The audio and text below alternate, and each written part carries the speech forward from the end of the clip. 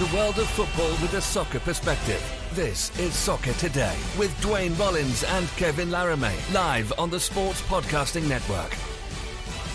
Good day, good night, and welcome to Soccer Today for Thursday, December 12th, 2019. I'm Kevin Laramee, joined by Duane Rollins as always, and busy show today, Duane. A lot of news to talk about, looking at Europa League, the Champions League. We'll look at the Player of the Year in Canada, Player of the Year in the USA, also for the U.S. men's national team. We're talking about in the men's game here, and also the road to the Gold Cup 2021.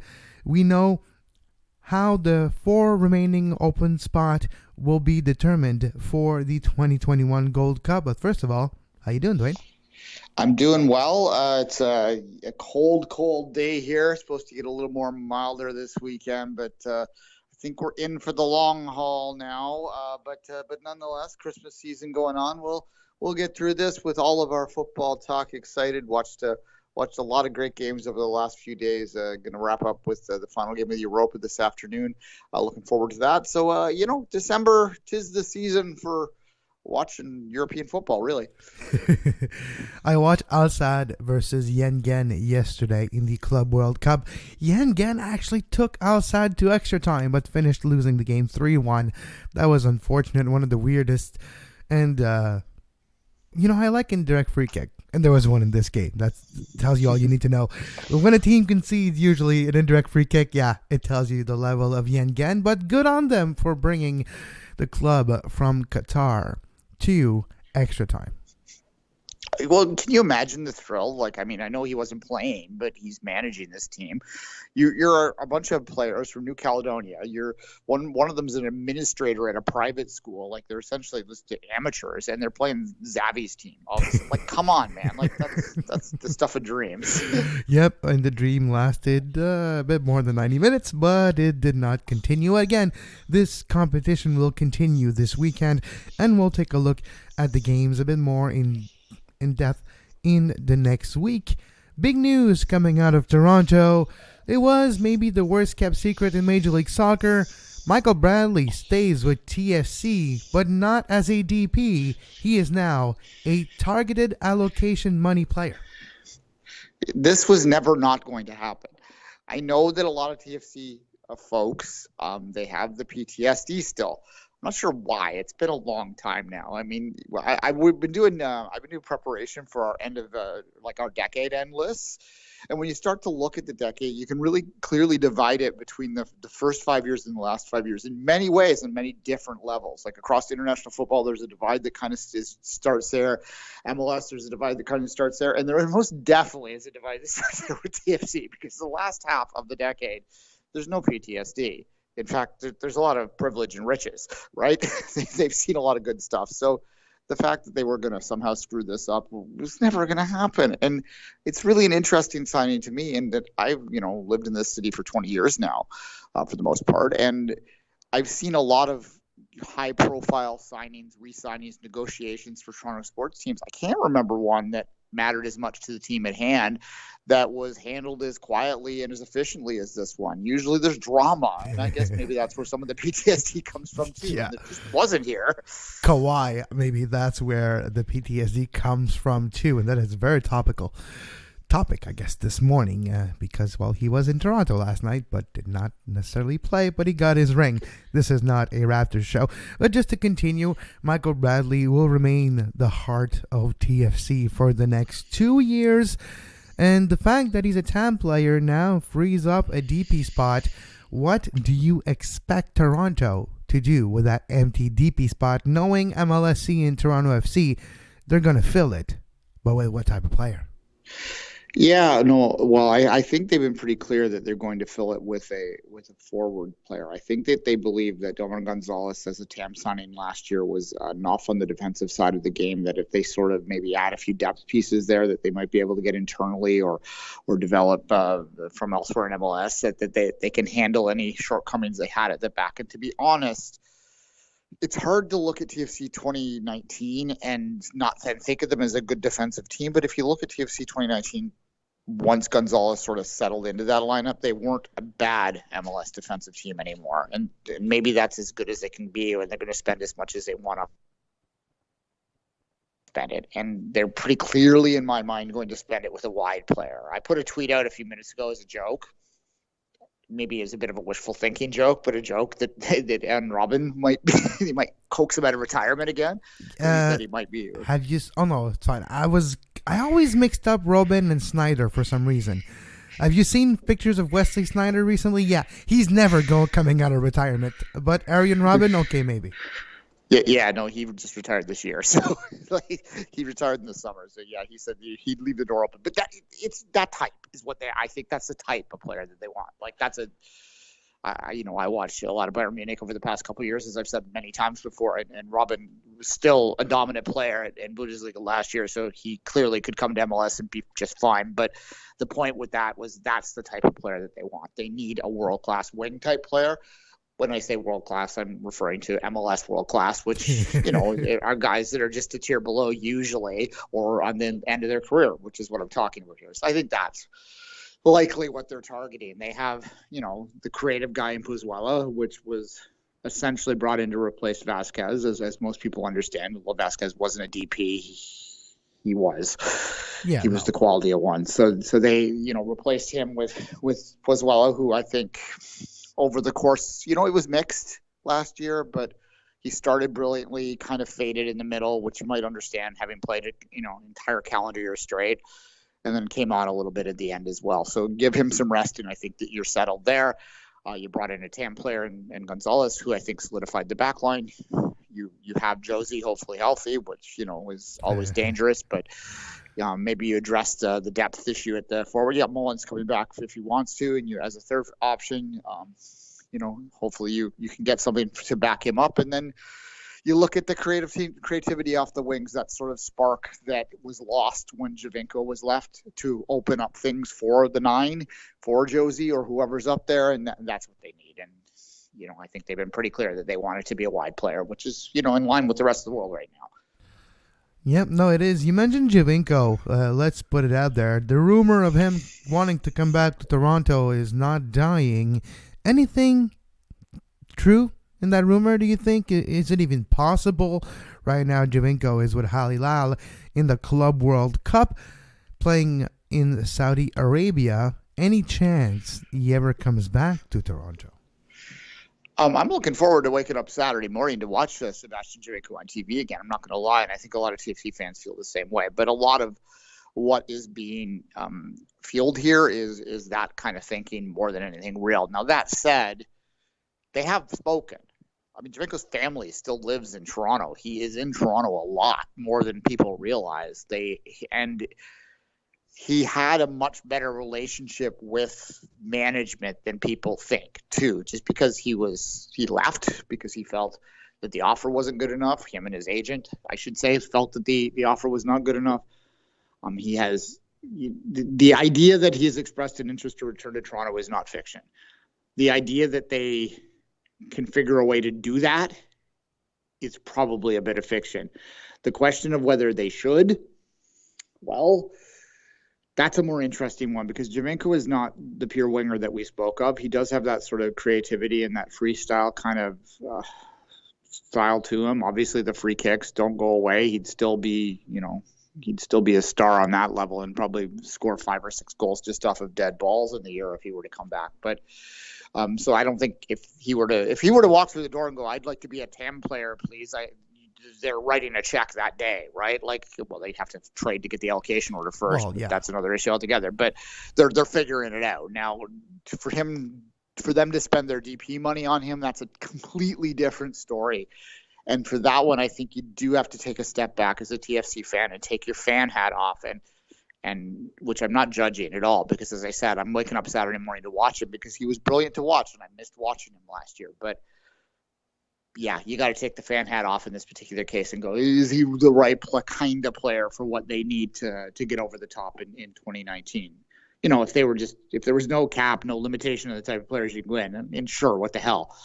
But I think that he plays too similar of a game to Puzuela, too central for what they need, and that they would have a difficult time probably figuring out a way to play them all, because you're probably pushing Osario out wide again if that happens, and I don't think you want to do that anymore. And it would be too complicated. But that said, there's a business side of it too, and there is no doubt that if they were to, let's just say for the sake of argument that during the press conference in an hour and a half, they go, "Oh, we have another surprise announcement," and they cut live to a screen, and there's Sebastian Giovinco going, "Hey, I'm coming back to Toronto." People are gonna lose their mind, and they would buy tickets. And they buy jerseys again, and they'd be very excited. Although maybe they've sold all the jerseys they can. I don't know. He definitely would have. He would definitely have an impact business wise, but I don't think TFC operates that way.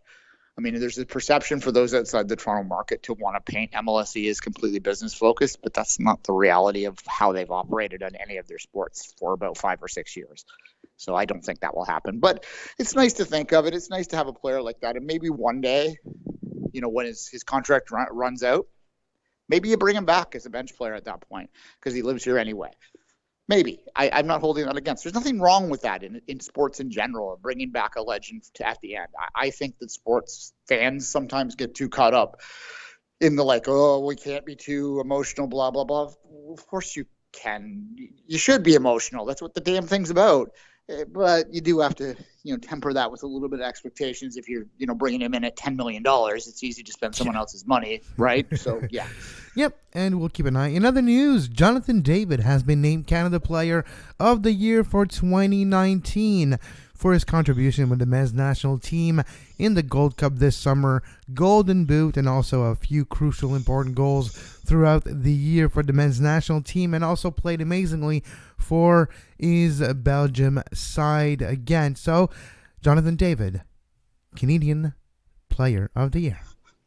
Talked a lot about this on Two Solitudes yesterday. So for $2 or $2 a month or more, you can get that conversation in detail. But the TLDR of it is that I felt, as someone who voted for him over Davies, albeit I voted Davies second, that David had a better overall club career over the course of the calendar year.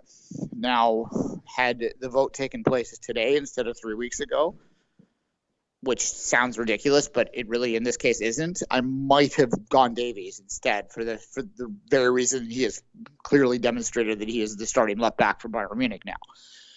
And, that might be the case for years to come, in which case he's going to have it's going to be difficult to justify anyone else but him winning for years to come. So maybe it's a good thing they got it in when he could, but putting that aside, Jonathan David, you could make the argument for him, right? And that's a really good thing for Canada fans. And I think that, his Gold Cup performance was pretty good, was remarkable. And that's what cast him there. The other thought I have on it, Kevin, is that I don't think he wins this 6 years ago, even with the same stats, same numbers, because I don't think the voters paid as close attention to stuff that was happening in Europe 5-6 years ago.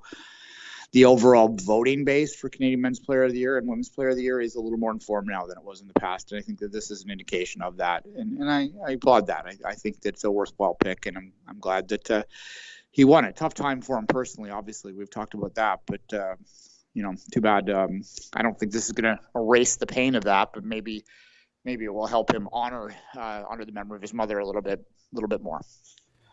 In other news also, Christian Pulisic voted U.S. Men's National Team Player of the Year for 2019. And Duane, when I talked to you about that news, you mentioned to me related news also. Water is still wet. Yeah, and the sky's also still blue. And you know what? Winter's still cold in Canada. Yeah, no. I don't know who else could win it. I'm trying to think, who's even second in that voting, really, on the men's side. It's been, well documented, the struggles on the men's side of the game in the U.S. Pulisic has been a bright spot for both fans and for administrators, and he is the bright light that you can hold up as being illustrative of the fact that maybe not everything is as bad as the naysayers say. But, it's a deserved pick, and one that I, just like Davies, will see quite a bit of in the years ahead, I think. I think so as well with Chelsea.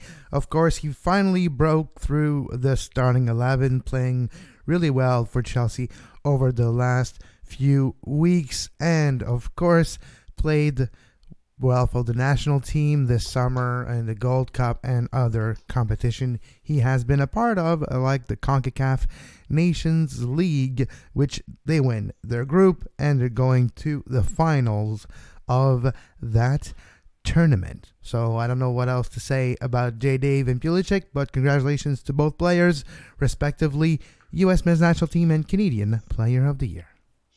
Yeah, precisely, and we'll wait today to find out who the Canadian Women's Player of the Year is. That announcement will probably come a little bit later on this afternoon, and we'll talk about it tomorrow on this show, for sure. Exactly. Let's take a quick break, and when we come back, we'll take a trip to the old continent. You are listening to Soccer Today. Follow us on Twitter at Soccer Today SPN and like our Facebook page, facebook.com/Sports Podcasting Network. You can find the podcast version of all the shows we do on iTunes, Apple Podcast, Google Play Store, TuneIn Radio, iHeartRadio, and anywhere you get your podcast.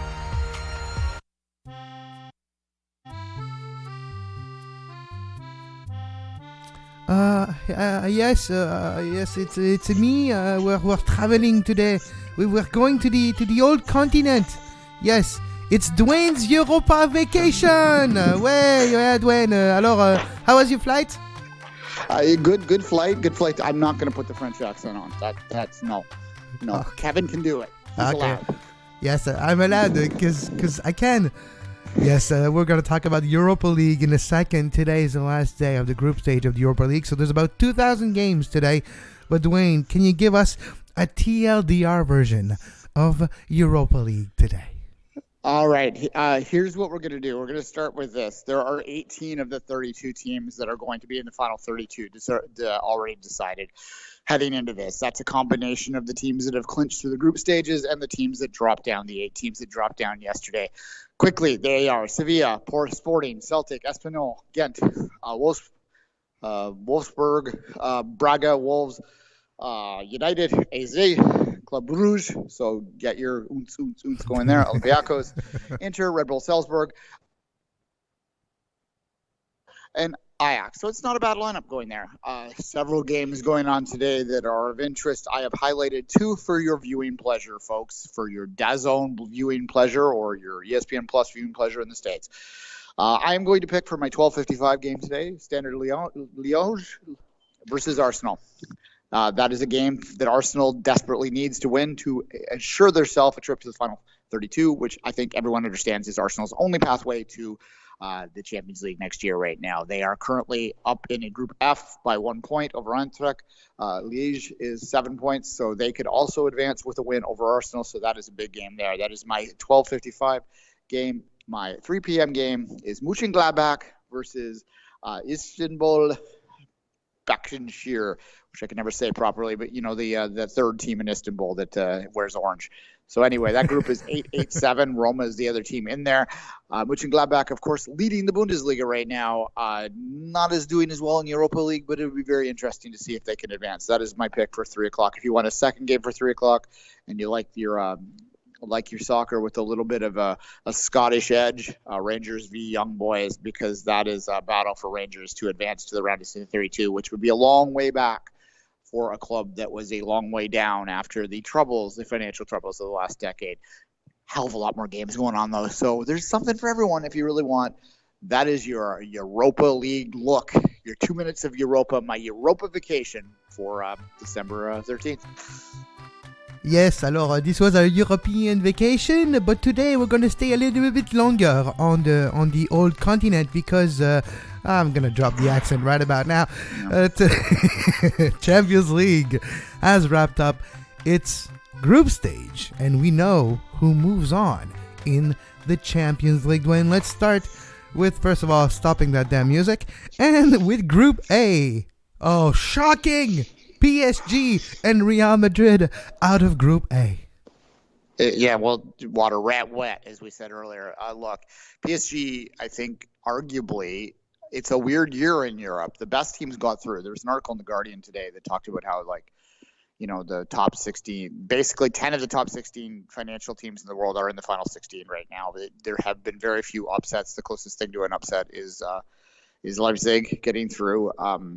It's kind of a chalk group stage, and that's something we talked about a lot during the year. But there's this group, that said, is it's pretty strong, and Real Madrid finished below PSG in the group standings, which means that the English clubs are all looking at each other, going, "Who's gonna deal with them?" Because one of them's gonna have to.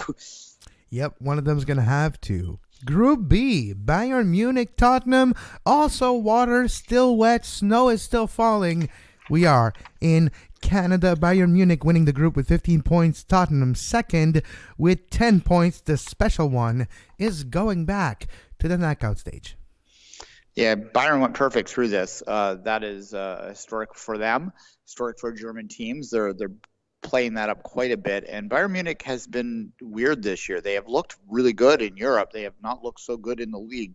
I think they're a dark horse to win this thing at this point. And maybe it's just my Alphonso Davies goggles are on, but I do. And he had a great game yesterday too against Spurs. If you watch that back, 5 goals allowed in Bayern Munich in 6 games of the Champions League. 24 goals scored. That's pretty impressive there. Because yes, there was some 5-0, 5-1 big games here, but Bayern Munich defensively, I don't know if it's because of the wunderkind Alphonso Davies, but 5 goals allowed only in 6 games played against Champions League opposition. This is pretty impressive. No, for sure. As I said, I mean, it's hard to call Bayern Munich a dark horse, but considering their league form, if they were to go deep in this competition, I think most people would be a little surprised by it. So within the context of the Champions League, I'm calling Bayern Munich a dark horse to win this year's Champions League. Group C, Manchester City 4-2-0 in the group, winning with 14 points. Atalanta second, Donetsk and Zagreb going home. Man City, Atalanta to the knockout stage. Yeah, City did what it didn't lose. So, I mean, you can't complain too much. They didn't look ever great in any of them, but they won 4-1 yesterday. So it's not like they struggled to get through. Atalanta, they were in last place in the group until two stages ago, and sort of propelled themselves into the second of the group yesterday, and that was a remarkable thing for them. And I think that they'll look at that as a great success for a club that's not used to being in the Champions League. So good for Atalanta. And before yesterday's win, they were on a 3-game no win streak, I would say, because they draw 1, they lost 2. Those are league games. Before that, they had 2 victories, and with yesterday's victory, they go over Shakhtar Donetsk. And Donetsk with 6 points, they might not even make it to Europa League, I believe. But let's continue. No, they're in, but yeah. They're in, but yeah, barely. Group D, again, a group that was a bit predictable. Juventus, Atletico Madrid moving on. Bayer Leverkusen going to the Europa League. And Juventus, Atletico Madrid going to the knockout stage. And Lokomotiv Moscow going back in the train to Moscow.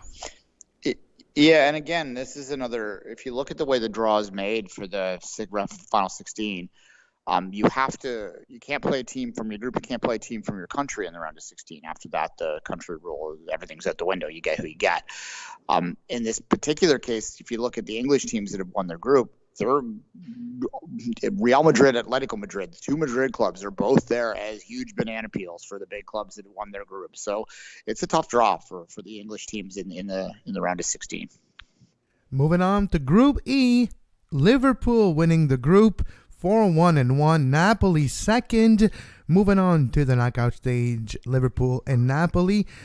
Red Bull third. We're going to Europa League, so Jesse Marsch is going to the Europa League with Red Bull Salzburg, and Genk finish 4th in this group with a point.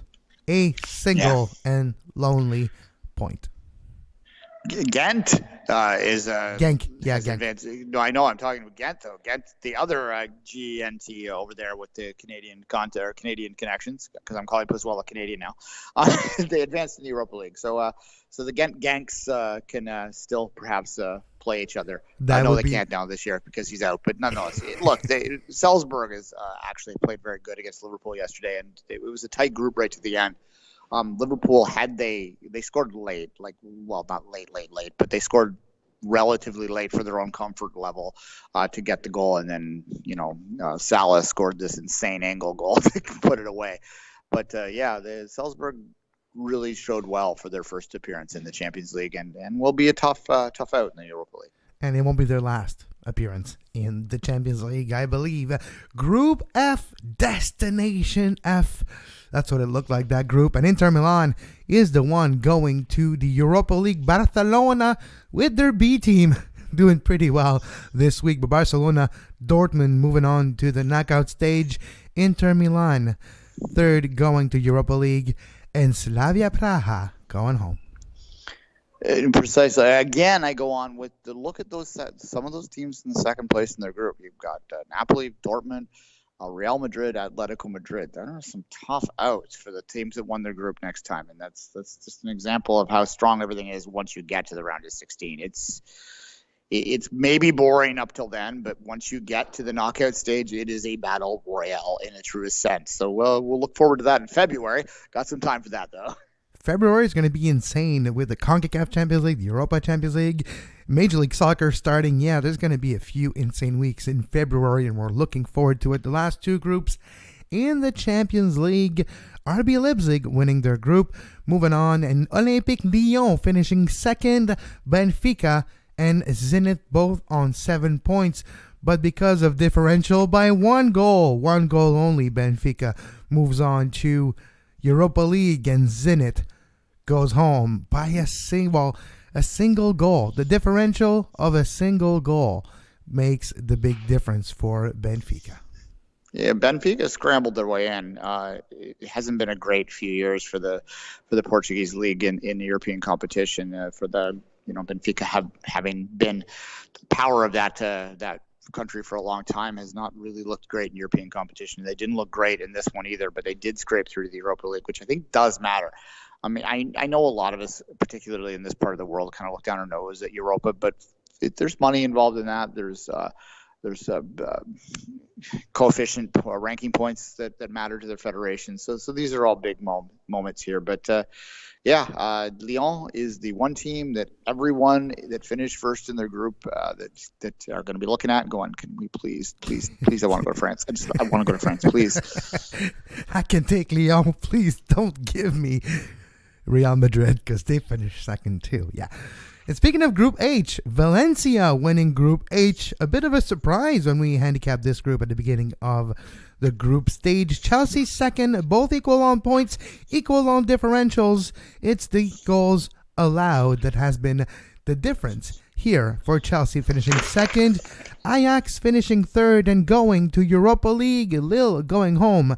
Ajax will be a contender maybe for Europa League depending of the other big teams making the trip to the second continental tournament in importance in Europe. But Valencia and Chelsea moving on to the knockout stage. And Ajax going out is the story here. Everyone's darling last year for good reason. I mean, if you were just a neutral, it was hard not to fall in love with that Ajax team. But they got rated, not as much as Monaco did a few years ago, but they got rated enough that they went from being, a contender to make a final. Probably should have made a final when you look at that semifinal and how it played out, and to go into the Europa League. But look, as you say, I'm looking at the 18 teams that are in already. I'm looking at sort of the top of the rest of the groups there, and I would put Ajax among 5 or 6 teams that I would count as the favorites heading into the round of 32 in the Europa League. It's hard to pick that, but nonetheless, that's the storyline from there. For the record, if I have to pick a favorite right now for the Europa League, I'm picking Sevilla. That's my pick to win the Europa League based on the teams that are remaining. Yeah, makes a lot of sense. And we'll see in the February when Europa League returns. Before we say goodbye today, Duane, quickly, CONCACAF had a draw yesterday for the Gold Cup 2020 run, the road to the Gold Cup 2021.